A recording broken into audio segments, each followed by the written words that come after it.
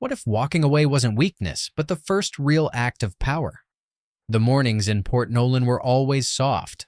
The fog rolled in like a lullaby, quieting the sea, the gulls, even the memories. Elliot Rowe moved through his kitchen like someone who had finally learned how to live slow, coffee brewed without urgency, books left half-read by the window, plants he remembered to water. It had taken him 10 years to get here. 10 years of silence, of small, safe choices, of telling himself the past was a different life entirely. And then the envelope came. It wasn't dramatic. No mysterious handwriting, no secret courier. Just a standard white envelope tucked among bills and catalogs. No return address, just his name in an old familiar scrawl that hadn't graced his life in a decade. He stood there, mug in hand, the steam fading as he stared. The seal was already broken. Inside, a single newspaper clipping, yellowed slightly, dated 3 days ago. Family Foundation to reopen historic estate for reunion. There was a photo, the house on the hill, still perfect in its ugliness. Beneath it, the names. His family, all of them. And his, tucked at the end like punctuation. Not an invitation, a declaration. He laughed, humorless and low. Of course. It wasn't about revenge, he told himself. It was about remembering. About standing in the rooms where no one had ever said sorry. About seeing what was left when the story of you told by others stopped dictating the truth. He folded the clipping once, twice, set it on the table. Peace, it seemed, was only ever borrowed. Would you like to jump straight into the foundation cracks, or explore Elliot's current life just a bit more first? Elliot never used to mind. Or at least that's what he told himself. He grew up in a family where needs were constant, and giving was a way of life. Expected, not celebrated. His mother's voice rang through the house, calling for him to do this or that. Never a thank you, just a soft sigh of relief when he followed through. His father was never home long enough to notice, but when he did, he saw only the parts of Elliot that were most useful. His ability to fix things, his ability to handle numbers, his ability to keep the ship from sinking, even as it groaned under the weight of their expectations. The pattern had started young.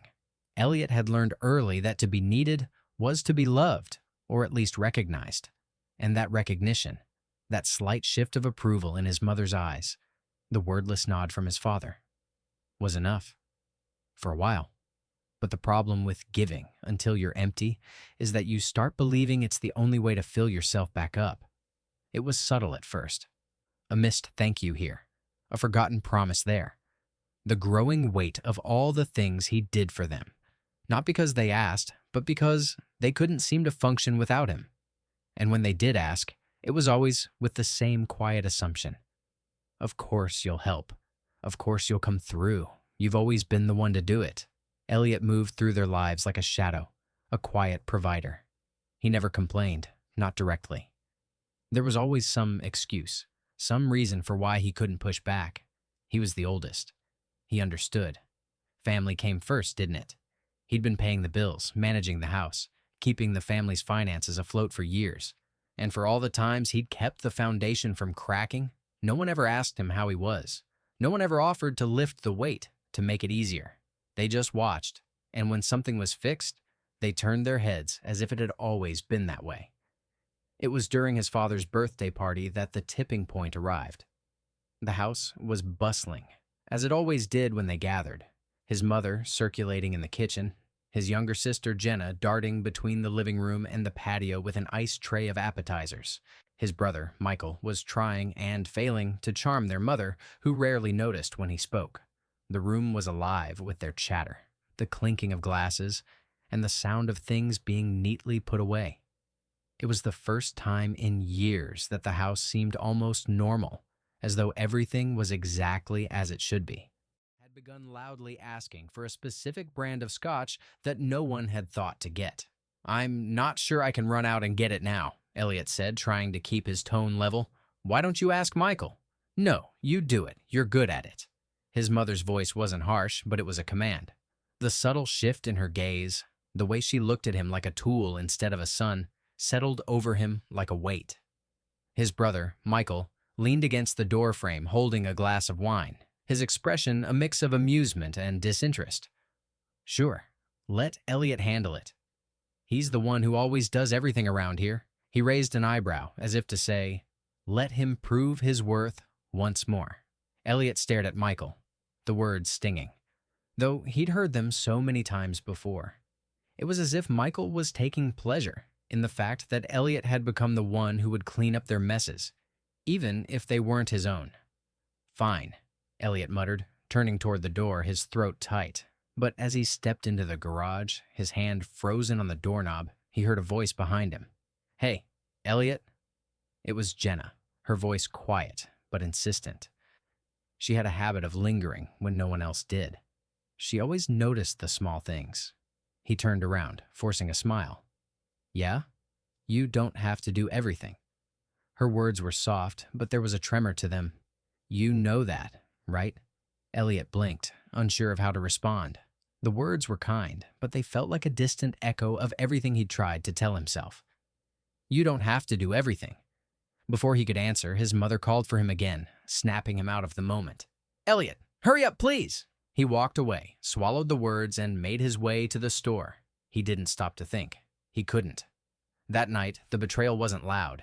It was quiet, unnoticed by most of the family. But it was there. The dismissal, the erasure, the assumption that he would always be the one to bear it all, and that no one needed to thank him for it. When he returned, bottle in hand, no one seemed to notice. The scotch was poured, his father's slurred voice filling the air with congratulations with nothing aimed at him. Not even a flicker of acknowledgement for the silent sacrifice. The weight of it felt unbearable. It was then that Elliot realized the cost of invisibility wasn't just a lack of gratitude. It was that, over time, he had become invisible to himself. He didn't matter. Not to them. Not to anyone. But as the night wore on, his mother raised a glass, and the room erupted into the usual chaos. And Elliot stood on the periphery watching them, the heat of the betrayal still sharp against his skin. He didn't move to join them. Not yet. He wasn't sure how long it would take for him to finally walk away. But that night, for the first time, he wondered if it would be the last thing he ever did. The days that followed felt like a slow unraveling. Elliot didn't make an announcement, didn't stand up and declare that he was done. It wasn't that simple. His decision to leave, to pull back, to withdraw from everything he had been to his family, was like peeling off layers of old skin, each layer feeling more foreign and raw than the last. He couldn't simply walk away. No. This was something quieter, more deliberate. It had to be. At first, it was small things, simple changes that only he noticed, but which had been simmering in the back of his mind for years. He stopped answering the phone when his mother called. It wasn't that he didn't want to talk. He just couldn't bring himself to endure the same conversation, the same unspoken expectation that he would handle everything. If something was wrong with a house, she would call him. If someone needed help with taxes, he would fix it. If someone needed a ride, he'd drop whatever he was doing. The first time he let it ring through to voicemail. His heart raced. He thought he'd feel guilty, but the guilt was quickly replaced with something else. Relief. A kind of peace. The world didn't collapse around him when he didn't rush to fix it. And the more he did it, ignored their calls, left emails unanswered, gave no explanation, the more he felt something like freedom. He could breathe again, just a little. The financial support was next. For years, he had covered everything for them. Utilities, repairs, even the odd vacation for his mother when his father had been too distracted to care. It had been part of his role in the family, part of the unspoken agreement that his life would revolve around theirs. But now, with each bill that came in, he paused before sending the money. He didn't have to. And it was his money, not theirs. The first bill he let sit on his desk for a week wasn't an intentional declaration. He was just busy, distracted by his own life for once. When it finally clicked, though, that he hadn't sent the payment, he felt something unexpected. Pride. He hadn't jumped. He hadn't given in to that pull, that tug to be the savior. So he didn't pay it. And when the next bill came, he ignored it too. When his mother called about it, he simply said, "I'm sorry, I'm not sure what happened. I'll get to it soon." But he never did. Each time she asked, he'd delay. He wasn't in a hurry anymore. The world would spin without him. But the real test came when he started selling the things he'd given them, the things that had been part of the family's foundation for years. The old bookshelves that his father had once insisted they keep, even though they hadn't been used in decades. The piano that had sat untouched in the corner of the living room since his sister moved out. The antique desk he'd inherited from his grandfather. Something he had spent hours lovingly restoring, only to see it relegated to the corner of the attic where it gathered dust. They were all small acts, calculated, slow. But with each one, Elliot's resolve grew stronger. He sold them all, quietly, without a word to anyone. The first time he handed over the old piano to a second-hand dealer, he didn't feel sadness. He didn't feel the loss. He felt a strange sense of closure, as though he were finally letting go of the ghost of the person he used to be, the one who existed to fill the spaces left by everyone else. When he sold the desk, he felt the briefest flicker of something, nostalgia maybe. But it didn't stop him. The desk was nothing but a symbol of everything he had done for others without ever being seen. Now it was gone, as was the weight of the unspoken debt he had carried for so long. It wasn't that he hated them. He loved his family in a way. He always had. But he had come to realize something fundamental. They loved the version of him that was useful to them. They never noticed the small sacrifices, the slow erosion of himself in the name of their happiness. No one noticed until the silence grew too loud. It wasn't until he stopped answering the door to their calls for help, until he stopped fixing things, until the funds dried up and the house began to look a little worn, that they started to notice. And when they did, it came like a storm, sudden and full of rage. It was his mother who called first, voice tight and clipped. "Elliot, what is this?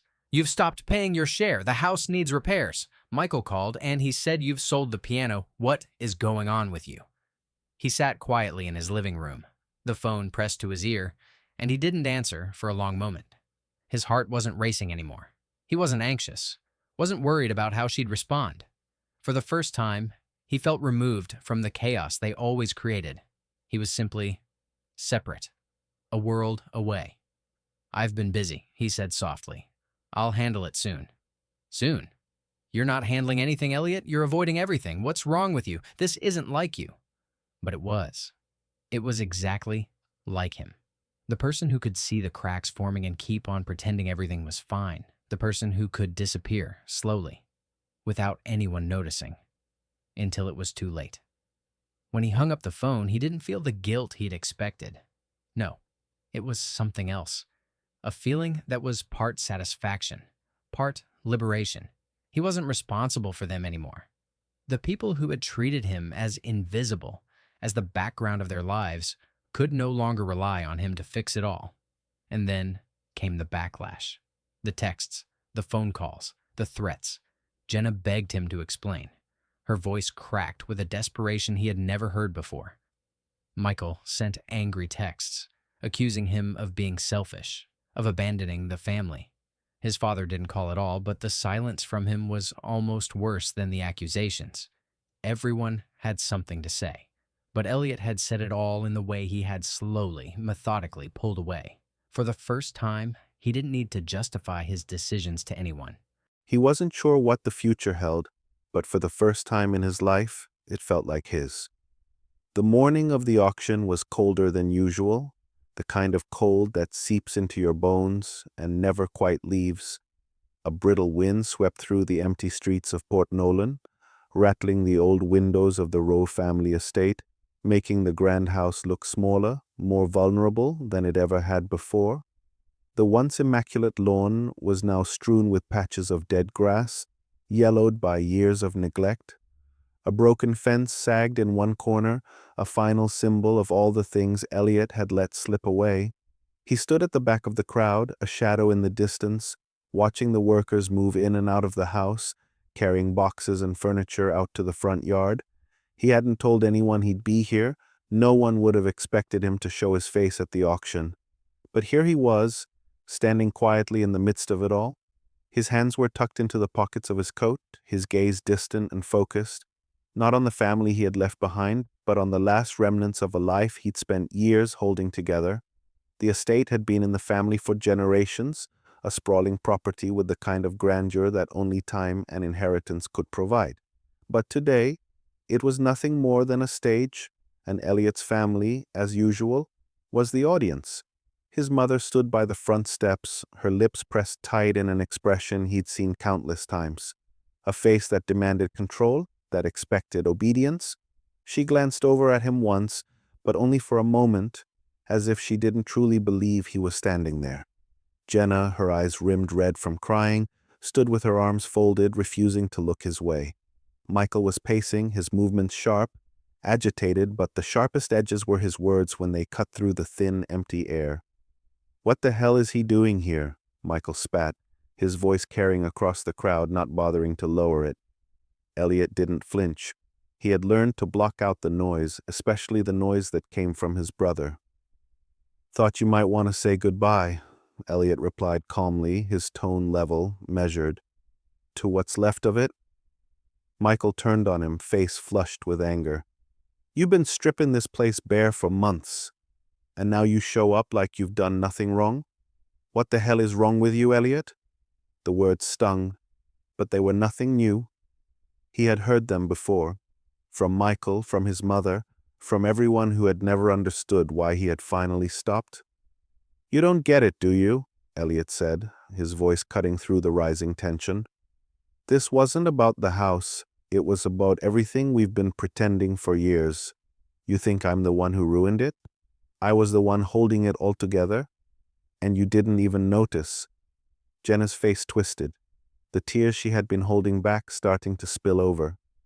She shook her head, her voice barely above a whisper. "Why, Elliot? Why would you do this? This was your home. We were your family. How could you just walk away from us?" Elliot looked at her for a moment, his heart aching in a way he hadn't expected. There were no easy answers to give her. She didn't see it, not the way he did. She couldn't understand the weight of having been invisible for so long, of being the one who was always expected to clean up everyone else's mess, without ever being asked if he was okay. "Because I was suffocating," he said simply, the words now falling into the space between them. "Because I wasn't part of this family. I was just the person everyone turned to when they needed something." His mother stepped forward then, her heels clicking sharply against the pavement, an authority she could still wield even in the face of everything falling apart. "Enough.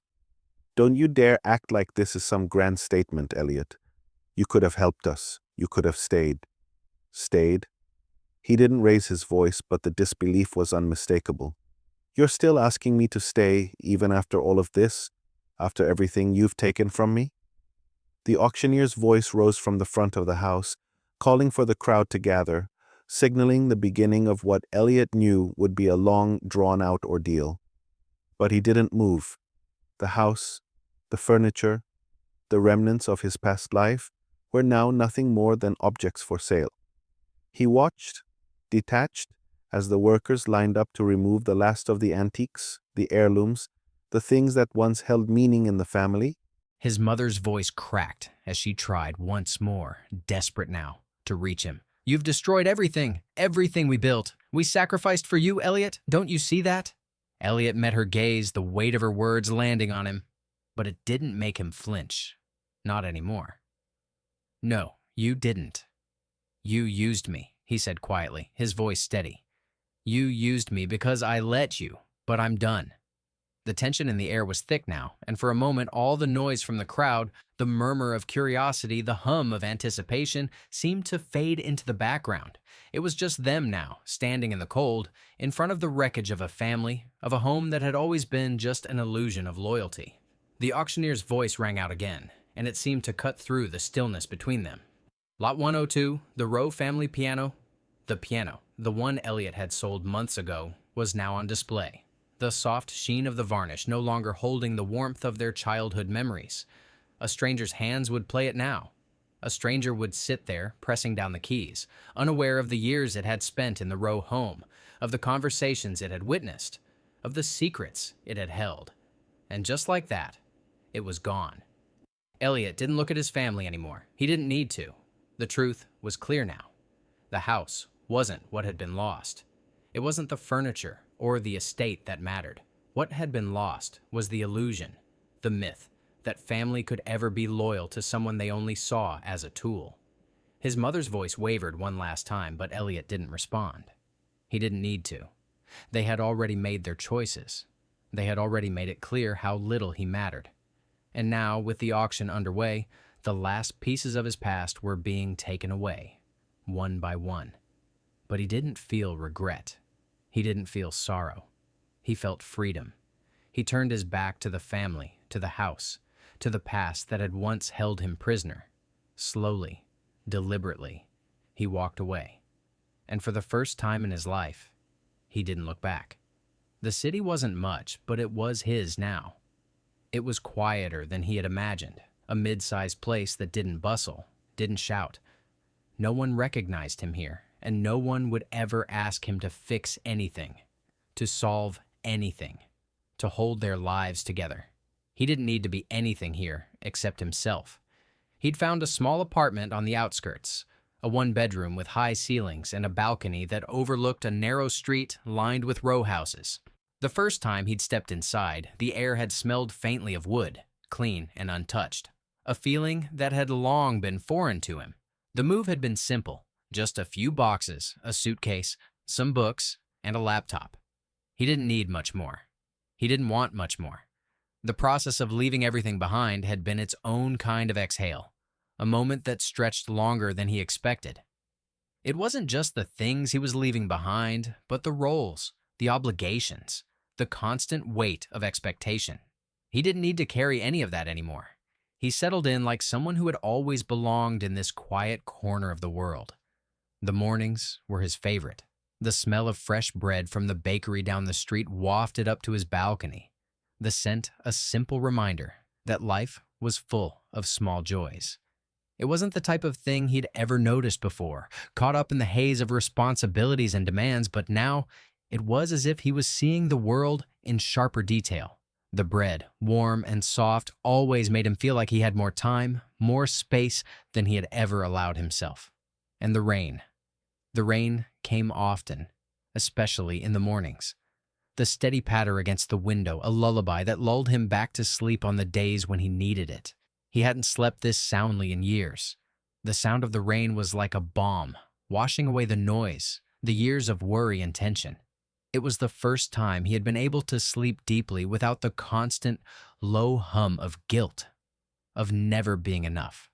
He woke up without feeling rushed, without feeling that he owed the world something. The silence was different here. It wasn't the heavy silence of isolation that had once weighed on him in his old life, the silence of a family who never really saw him, who never truly heard him. It wasn't the emptiness of being ignored or neglected. Here, the silence was the kind that filled up the spaces, the kind that expanded around him like a warm, familiar blanket. He could sit for hours just listening to the quiet, the hum of the refrigerator in the next room, the wind rustling the leaves outside. No one was shouting. No one was calling him. No one was demanding his presence. And when he did venture out, to the small cafe down the street, to the park where the old trees seemed to be older than time itself, he felt the absence of pressure, the freedom to simply be.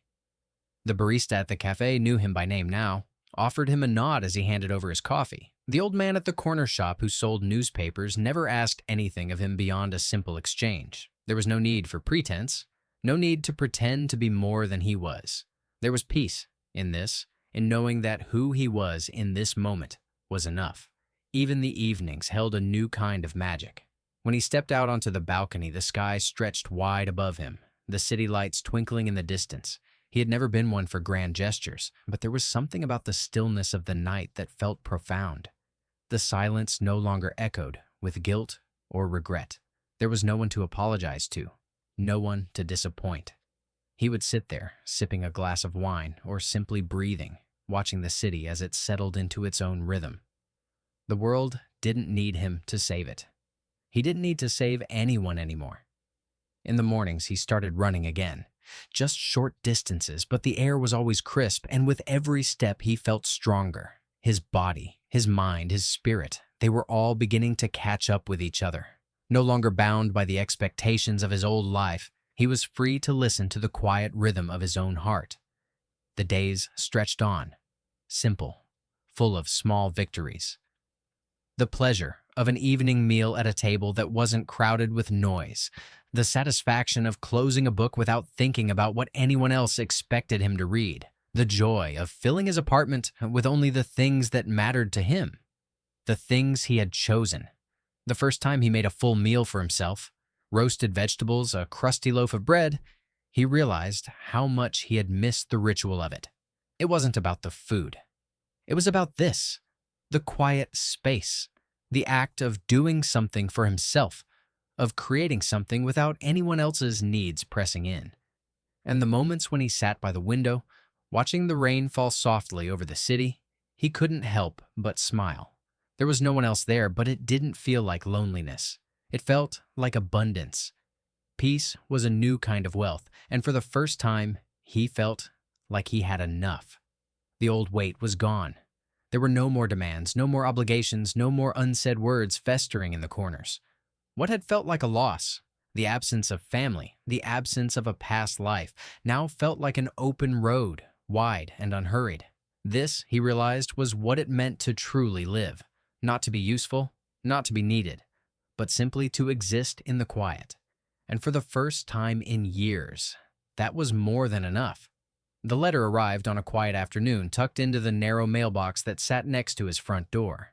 It was an ordinary envelope, white and unremarkable, with no return address. Just his name, scrawled hastily across the front, the handwriting unmistakable.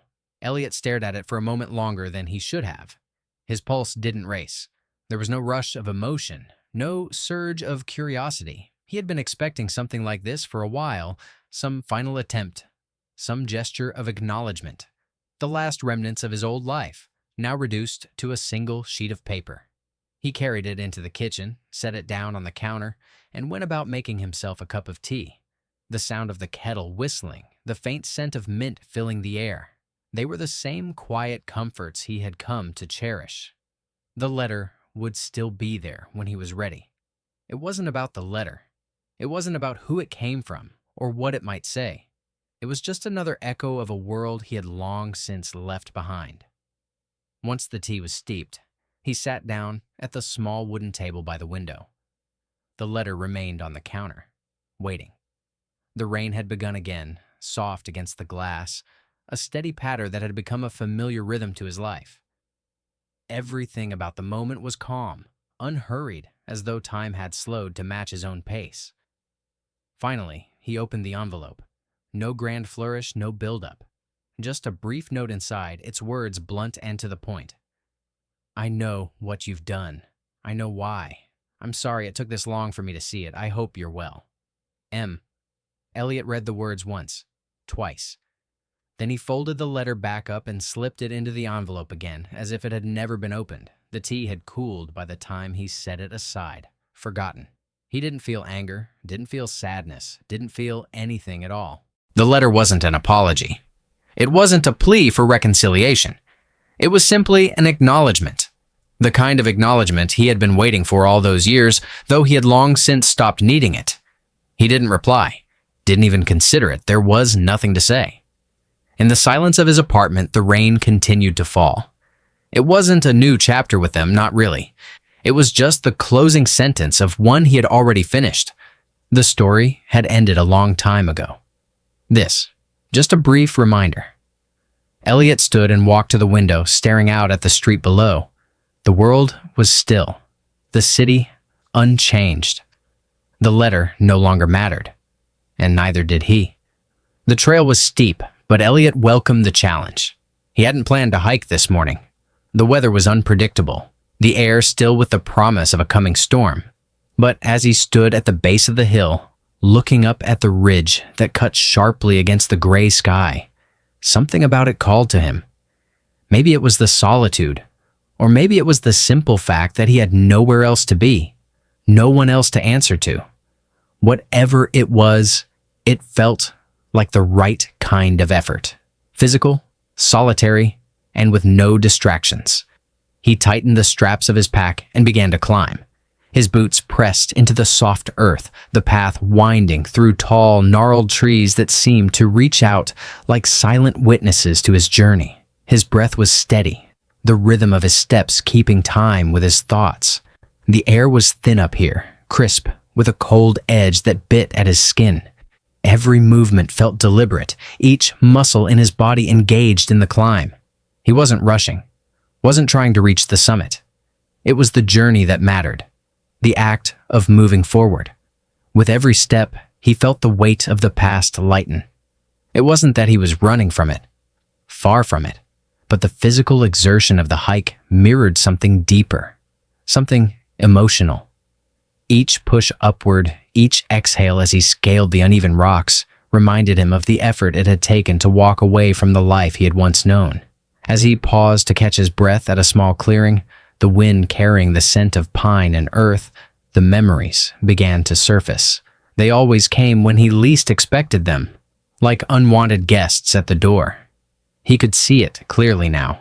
That dinner, the last one, the one where everything had finally come to a head.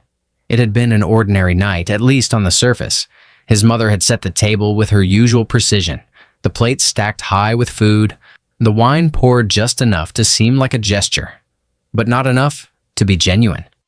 Michael had sat across from him, his eyes darting nervously, while Jenna barely spoke at all. They all pretended everything was fine, and Elliot had played along for as long as he could, but he had known it was over.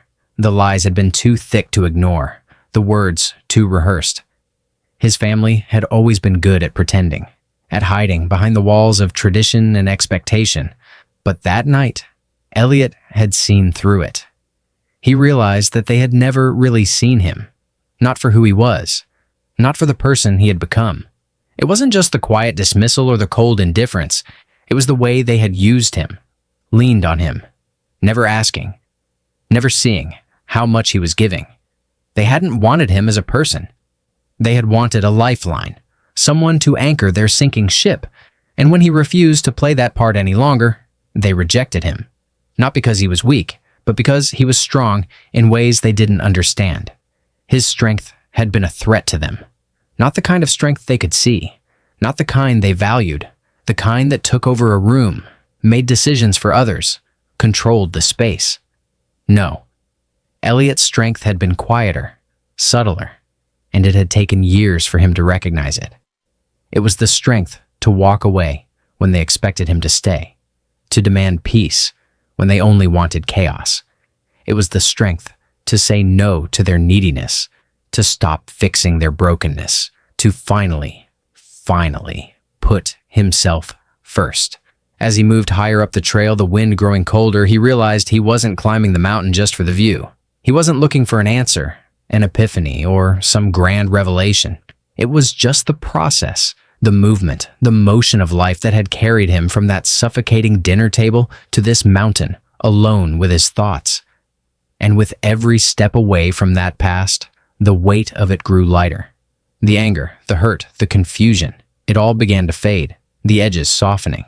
He had left them behind, but in doing so, he had found something he had been missing all along. The ability to live for himself, to make decisions not for their approval, not for their expectations, but for his own peace. He crested the ridge, and for the first time in a long while, he allowed himself to stop and take in the view, the sprawling wilderness, the endless horizon. It was vast, quiet, and completely his. A place where no one else could reach him, a place where he didn't have to justify his existence. The past was still there, but it didn't define him anymore. The mountain was just a mountain, and he was no longer the person he used to be. And that, Elliot thought as he breathed in the crisp air, was the greatest freedom of all. The evening had settled in quietly, as if the city itself was trying to catch its breath.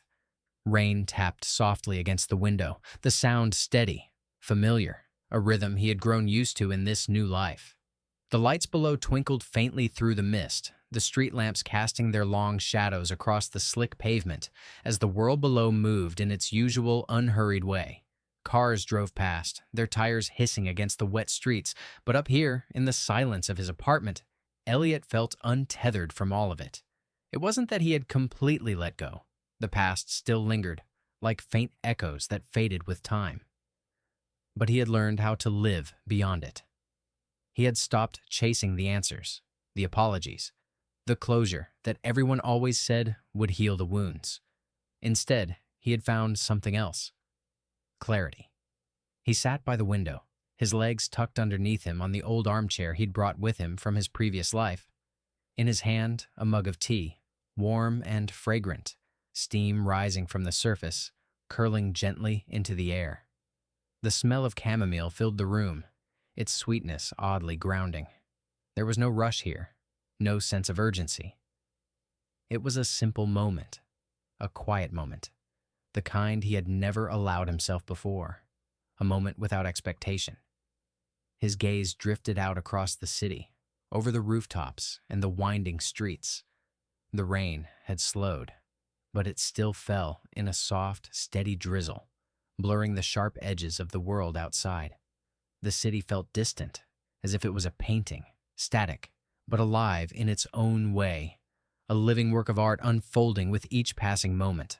The lights below shimmered like distant stars, and for a brief second, it was almost as if he were the only person in the world, suspended in this quiet space between the city and the night. There was no one to impress, no one to justify his choices to, no one to apologize to, no one to explain himself to. The absence of that need felt like the most profound kind of peace. He wasn't performing anymore. He wasn't acting a part, wearing a mask, or trying to be what anyone else thought he should be. He had stopped asking for permission to live his life on his terms. He had stopped apologizing for choosing solitude over obligation, for letting go of people who had only seen him as a tool, a resource. And most importantly, he had stopped seeking validation from the very people who had never really seen him at all. His thoughts were still, almost meditative, as the rain continued its quiet rhythm. He thought about the family he had walked away from and how, for so long, he had believed their love for him was conditional. He had carried their expectations like a heavy cloak, each piece a weight he had no choice but to bear. Now, though, there was nothing.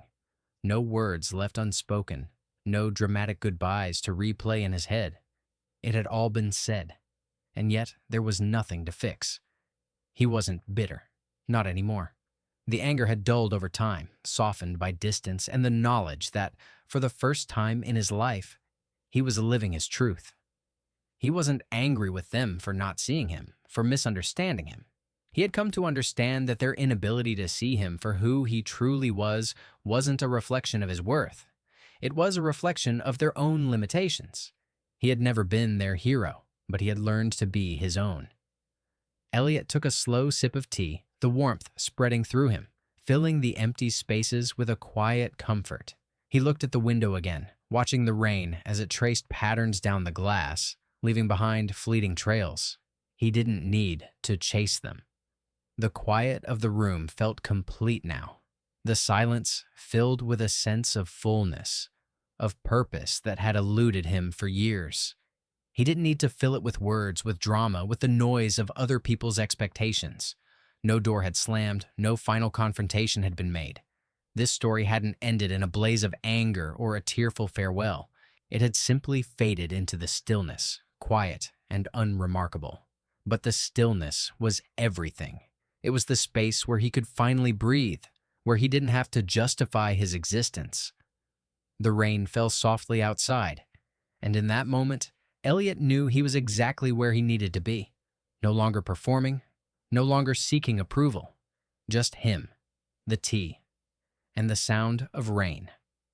And for the first time, that was enough. The rest of the world could wait.